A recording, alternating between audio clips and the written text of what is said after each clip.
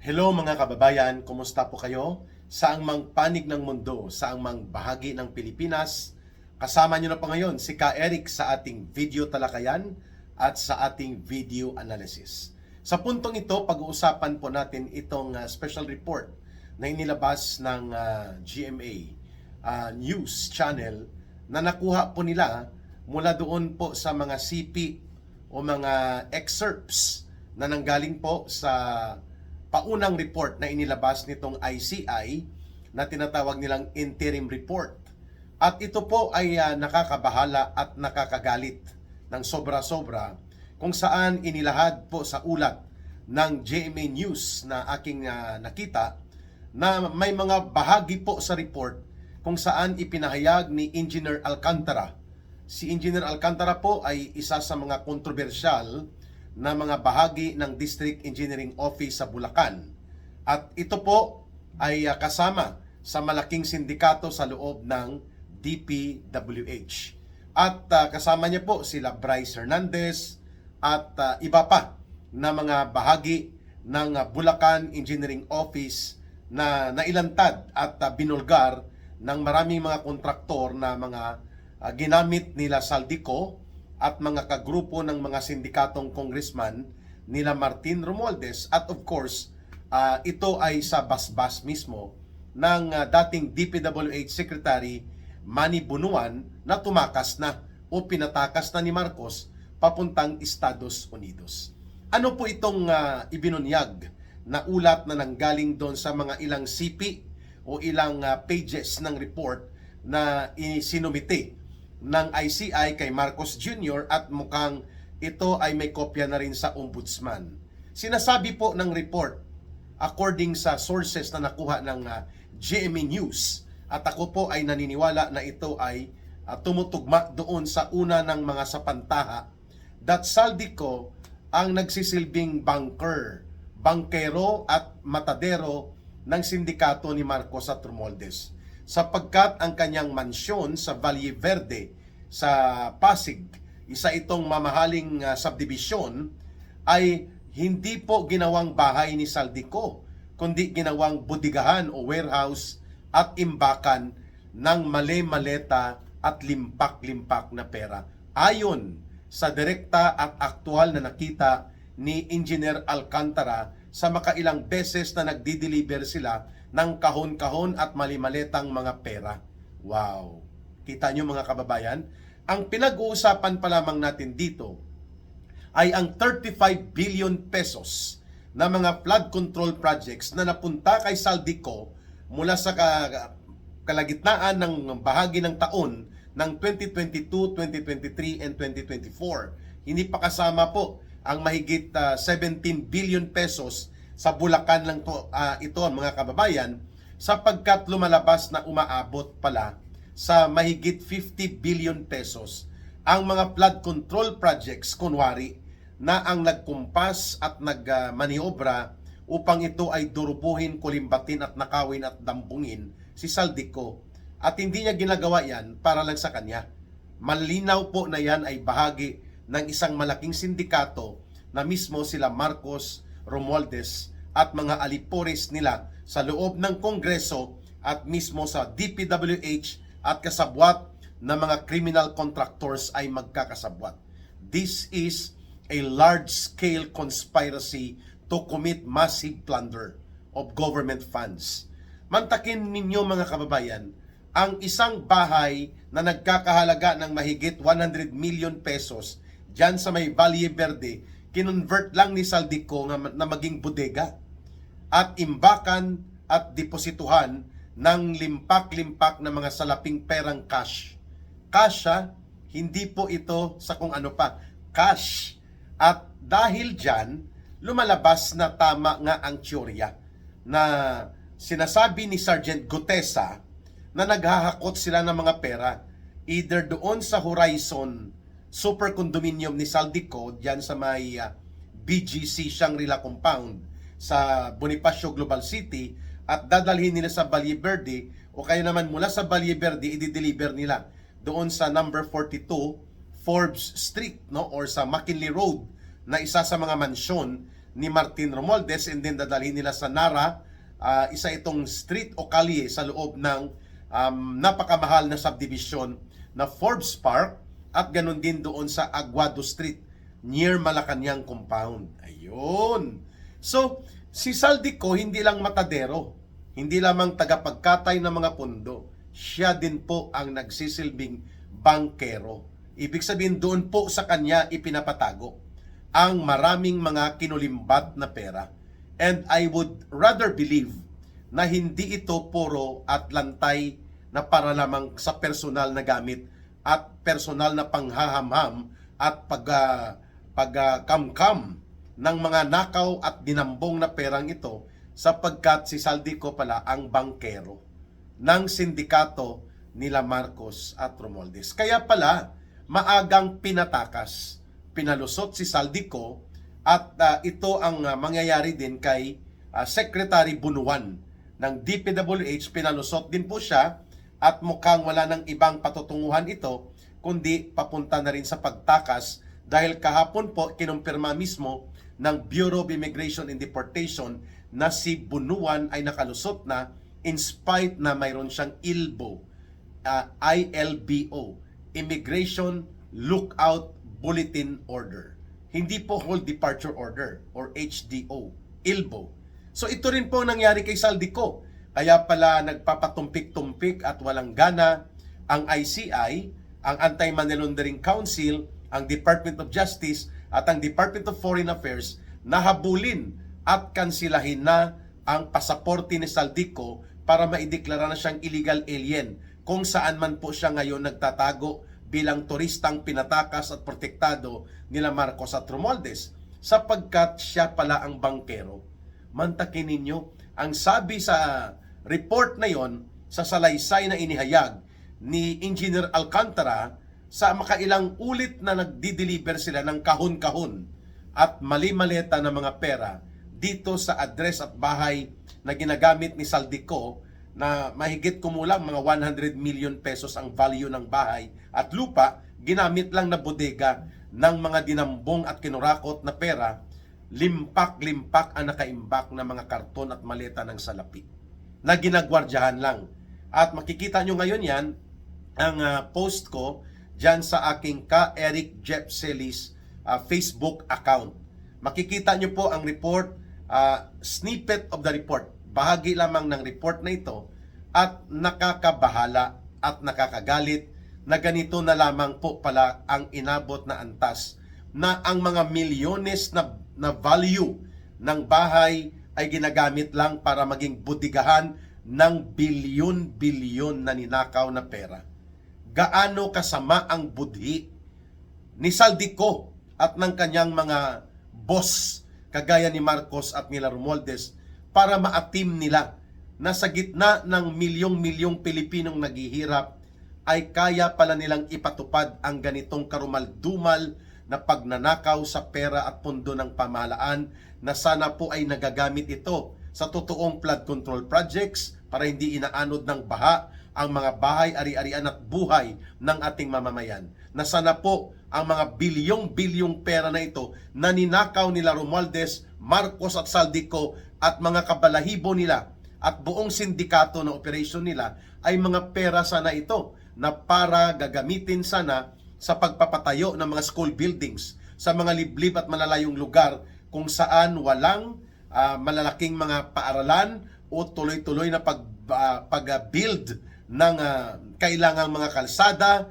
kailangang mga paaralan, health center, gamot, at ganun din po ang pagpapaunlad sa agrikultura at kabuhayan ng mga pobre at milyong-milyong naghihikaos na magsasaka, manggagawang bukid at mga magbubukid sa Pilipinas. Mga katutubong pamayanan na pinabayaan lamang ng gobyerno. Limpak-limpak na salapi. Ngayon, nasaan ang Anti-Money Laundering Council para ito ay mabawi? Sapagkat ang mga sindikato, hindi po yan gumagamit ng bangko para doon ang mga transaksyon. Kinukuha nila sa bangko at ginagamit nila na cash basis ang partida ng kanilang mga ninakaw at dinurubo. Exactly yan po ang ginawa ni Saldico bilang bangkero, no, tagapagtago at tagapag-distribute ng bilyon-bilyon na pera at pundo ng mamamayan. Hindi ko ma-imagine na gaano kalaki yon sa isang bahay na malamansyon, walang mga muebles, walang mga furnitures, at iyon ay intended na gamitin lamang para doon ihatid, doon itago at ideposito ang ninakaw na mga perang hindi lamang milyon kundi bilyon-bilyon. Ito ay Bulacan pa lang.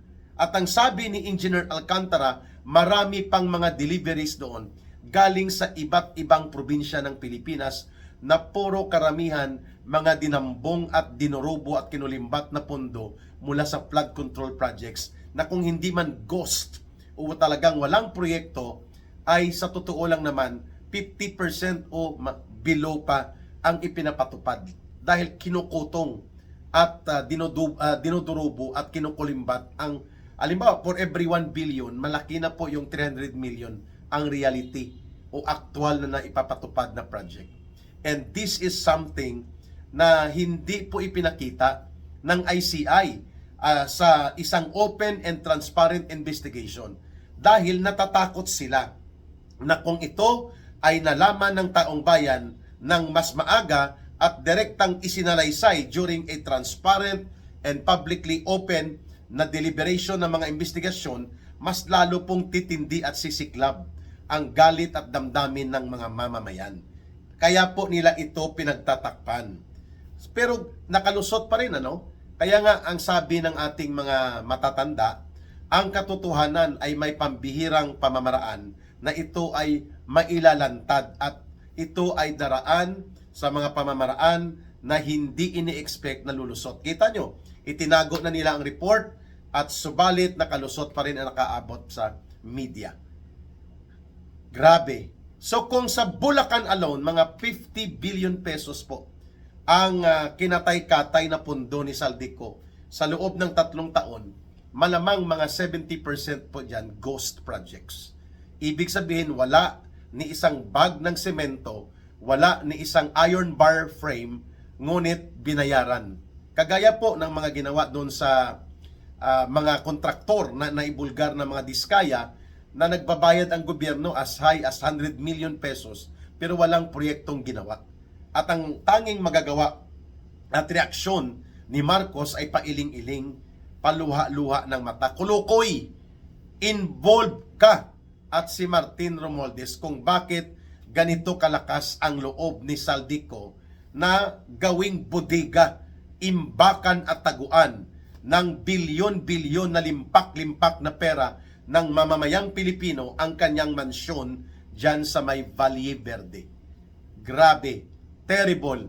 Wala pa po at hindi pa po ito nakita na kaganapan sa anumang kasaysayan ng gobyerno o politika na dumaan sa ating bansa. This is the worst. At hindi ito kapanipaniwala na si Saldico lang ang tanging dumiskarte para gamitin niya ang kanyang bahay at mansyon dyan sa may Valle Verde para magsilbing deposituhan, taguan at budigahan ng mga bilyon-bilyon na pera na hindi lamang galing sa Bulacan projects o mga diskarte ng pagbudbud ng mga bilyon-bilyon na pondong ito. Ang sabi sa report ng ICI, according to the revelation nitong DPWH District Engineer na si Alcantara, marami pa po ang limpak-limpak na perang bilyong-bilyon na dinideliver doon sa Valle Verde. Ang tanong, may naiwan pa? May ma-recover pa? Wala na. At dahil inutil, bulok style ng gobyernong ito ni Marcos at Romualdez because in the first place, sila mismo po ay kasabwat at bahagi ng buong sindikato ng malawakang pandarambong at pagnanakaw na ginawa nila Saldico.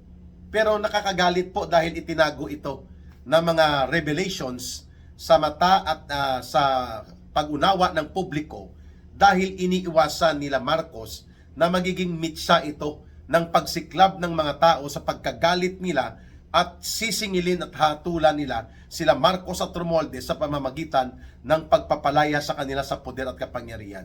Pero lumabas pa rin po at lumantad. At mayroon pang lumalabas na pangalan maliban kay Saldico, itong si Congressman Gardiola ng CWS party list. Ginamit pa ng kulukoy na ito ang mga kawawang construction workers para magkunwaring siya ay representante ng mga sektor ng mga manggagawa sa construction. At ang nagturo sa kanya na grabe ang bilyon-bilyon na binuo nila na kaharian ng kagahaman sa pagnanakaw sa mga proyekto ng gobyerno, ang mayor mismo ng Mataas na Kahoy dyan sa may Batangas.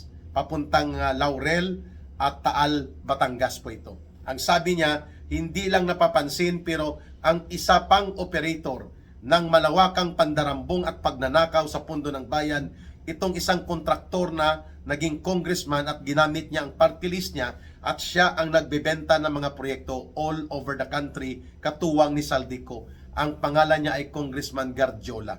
Ito po ang itinuturo na mayroong isang pagmamay-aring mansyon sa California na nagkakahalaga po ng mahigit $10 million.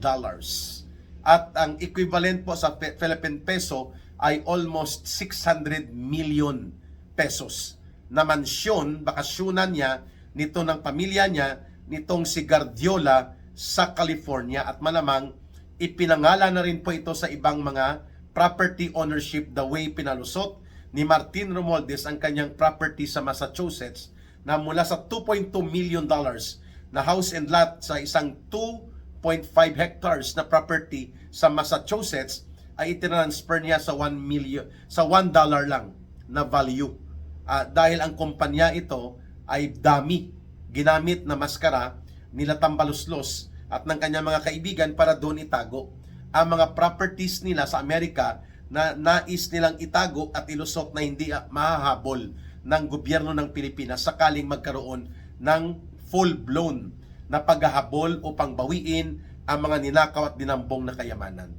Pero terrible itong kay Gardiola, buong Pilipinas nagbebenta. According sa mayor ng alkaldeya ng bayan ng Mataas na Kahoy, ang sabi ko nga sa Batangas ito, sabi niya, chicken o katiting lang ang mga diskaya kung tayo ay namamangha at nalulula sa kayamanang dinambong nila sa pagiging mga kontraktor nila Romualdez at nila Sandro Marcos at ng mga Marcoses, iba pa si Gardiola. Ang sabi nitong mayor ng Mataas na Kahoy, Batangas, munisipalidad sa Batangas o isang bayan sa Batangas, matindi itong si Gardiola dahil nagbebenta ito ng mga proyekto at bilyon-bilyon ang kinikita nila. Samantalang sabi ng mayor, dito sa maliit na bayan daw ng Mataas na Kahoy na wala pang 20,000 halos ang butante at ang population maliit lang, binuhusan ni Gardiola ng mga proyektong mahigit 3 billion pesos. Magtataka ka, bakit ganun kalaki ang infrastructure project ni Gardiola sa isang maliit na bayan? Kasi yan po ay mga kinakamkam at dinodurubo na mga proyekto. The way Saldico operated sa Mindoro, sa Bicol, sa Kabisayaan, and even dito sa Bulacan. Sa Ilocos Norte po, kina Sandro Marcos yan. Kaya nga pinatakas na si Bunuan ni Marcos sapagkat baka tumuga at abutan siya itong si Bunuan ng kanyang konsyensya at ituga niya at ibulgar niya ang involvement nila Sandro Marcos, nila Martin Romualdez, at ikumpirma niya ang ginagawa ni Saldico at pati ni Bongbong Marcos. Kaya pinatakas po nila Marcos at Romualdez, walang ibang pagdududa ang taong bayan. Ang biglaang pag-alis, kunwari for medical reason para sa kanyang asawa, nitong kolokoy na DPWH Secretary ni Marcos for 3 years na naging presiding officer ng sindikato at mga magnanakaw na kriminal sa DPWH, I'm referring to Bunuan, walang ibang nagpatakas po dito sa kanya, kundi mismo si Ginoong Marcos. Yan, mga kababayan, at ngayon na sa Estados Unidos na ito, at malamang hindi na ito babalik pa sa Pilipinas. Ngayon, ito po ang katanungan. Hanggang saan makakapagtimpi at makakapagtiis ang taong bayan? Na ganito pala kalala ang karumaldumal at hinayupak na pagnanakaw na ginagamit ang isang mansyon, hindi tinitirhan, dyan sa Valle Verde, ginagamit na budigahan at taguan at deposituhan ng bilyon-bilyon na pera ng mga mamamayang Pilipino, at yan ay si Saldico ang humahawak bago sumambulat ang iskandalong ito. And yet, wala po tayong nakikitang konkretong hakbang na habulin si Saldico, ibalik siya dito, at siya ay dapat makulong, maparusahan at mabawian ng mga dinambong na kayamanan na ito, sapagkat siya ay pwedeng mag-link up direkta kay Marcos at kay Romualdez sa kanyang mga ginagawa, kaya iniiwasan na siya ay madugtungan at makustodi ng otoridad ng gobyerno ng Pilipinas, sapagkat babalik at sasambulat kay Marcos ang ganitong iskandalo at kay Romualdez kapag tumuga at ikinanta ni Saldico ang buong operations. Similarly, kaya hindi na nila pinayagan pa na tumagal pa sa Pilipinas itong dating DPWH Secretary ni Romualdez na si Bunuan, ni Marcos pala na si Bunuan, pinatakas na rin po kahapon upang wag nang maugnayan pa ng mga media at ng mga mapanuring mga mata ng taong bayan na binabantayan na ang galaw ni Bunuan, kasi parang may indicator na ibubulgar na niya si Marcos at sila Romualdez, sila Sandro Marcos sa kanilang involvement kung paano ginamit ang mga infra projects, not just the flood control projects, upang hut-hutan, dambungan at kurakutan ng limpak-limpak na pera ang gobyerno mismo mula sa gobyerno, ang pagnanakaw, gobyerno mismo ni Marcos. At yan ang isang patotoo. Mayroon pala silang bodigahan, mayroon pala silang bankero sa katauhan ni Saldico, at dyan tinatago sa mansyon na kinonvert lang bilang bodiga at deposituhan ng bilyon-bilyon na pera sa may Valle Verde. Terrible, mga kababayan. And this is only proper na sa darating na November 16, 17, and 18, sisingilin ng taong bayan si Marcos at sila Romualdez. At magbabayad sila sa pamamagitan ng panawagan at dagundong ng boses ng mamamayang Pilipino na dapat na silang lumaya sa poder, harapin nila ang kasong kriminal ng pandarambong sa kabanang bayan, at sila ay dapat makulong, maparusahan at mananagot sa hustisya at katarungan, at mabawi ang dinambong na mga kayamanang limpak-limpak na mga pera. This is the worst government na dumaan sa Pilipinas. Bagamat marami din ang mga naging kurakot na gobyerno, even ang tatay ni Marcos Jr. na si Marcos Sr. na diktador ay tinalo pa ng gobyerno ni Marcos Jr. kung paano ang pag-uusapan sa pagnanakaw at pandarambong sa pera ng mamamayan.